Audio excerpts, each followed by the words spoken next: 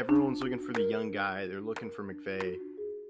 I think take a shot out Todd Bowles, get him a second shot at head coach, and see if he can do it. I don't think they will. If they don't have Anthony Davis, I'm saying it right now. If Anthony Davis is out for the playoffs, they don't make it out of the first round. It's crazy. And our kids will know how great Tom Brady is because he's going to be playing. Yes, it is 15.0%. That's what the Yankees brought Garrett Cole to do. He was a 6th-round pick. This is a fairy tale story that's being written in front of our eyes. People like to call them their JV team, and they just stole one of their better players. They didn't struggle against the Padres. The Padres didn't really put up a fight in most of the games. Jerry Jones, hope you're listening. Hi, I'm Landon Bowe, and you're listening to Outsiders Opinions with Kevin and Austin. What's up, y'all? Welcome to our NBA opinions of the week. And I wouldn't say this is shocking at all, of course, to Austin or me or just anyone in general.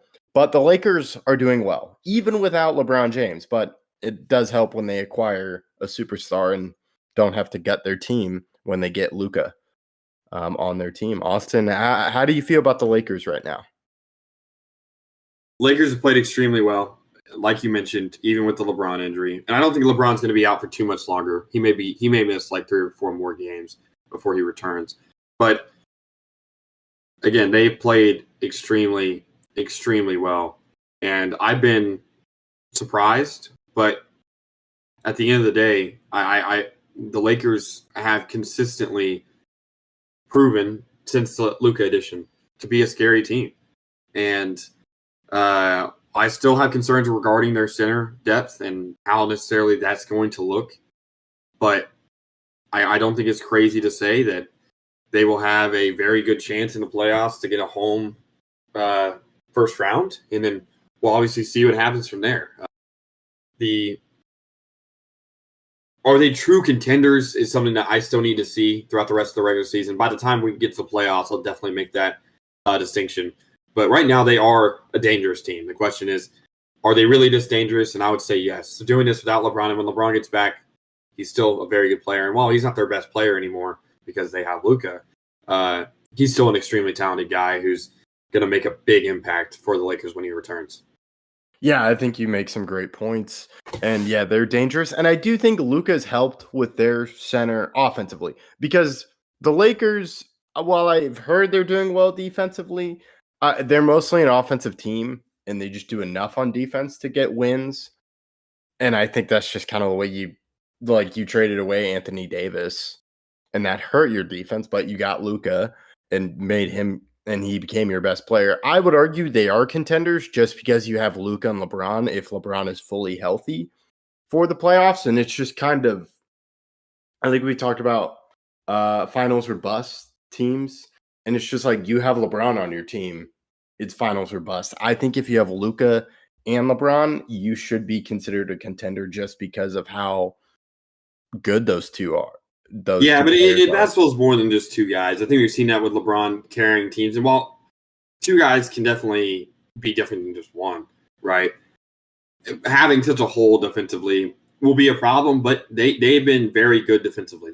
I think they've been the best defensive team since the Luka addition. And that's been what I've heard. Vanderbilt, Dorian Finney-Smith, and other guys playing stellar defense. And that's something that has to continue for them to be a contender. Because while they played good against Jokic the last time they played him, I still have my doubts regarding how they'll be able to guard him in a 7-game series if their starting center is Jackson Hayes or Alex Len or anyone similar.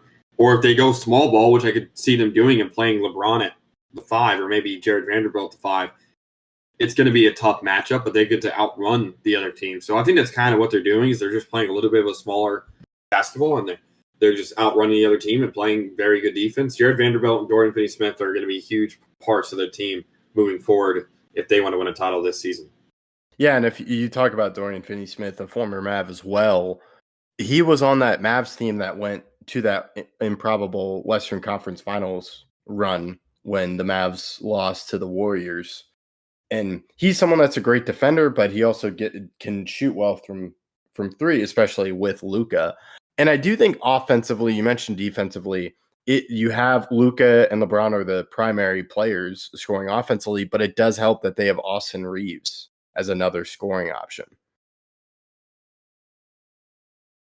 Yeah, Austin Reeves is definitely a big part of it. However, while he's played well extremely recently, with LeBron, Luka, and him on the court, he has struggled some. He doesn't get the ball to make ISO plays or ISO decisions. He doesn't get to pass as much. He's more of just a set shooter, so he has to kind of learn around that. Rui Hachimura has also been playing well. Now, he's not a great defender, but he's a good scorer, so that would be something that is I'm looking forward to. But I expect that they will be able to adjust. JJ Redick has been a great head coach this season, and I definitely believe that the way they're moving on this year, they will be contenders by the end of the regular season. I just still have to see how does it look. How does Austin Reeves look and Rui Hachimura look when LeBron returns, and how much their impact is affected?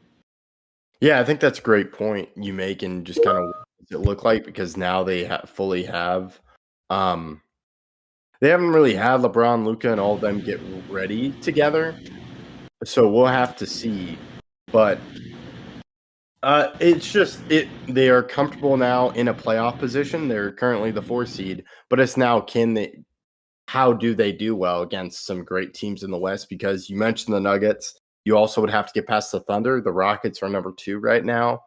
So what would happen, and we'll just have to see. But yeah, it's already paying heavily dividends for him. And yeah, you mentioned that stat of the first one of being the number 1 defense since the Luka trade. I am curious, how well does that go, and like what does that look like even more?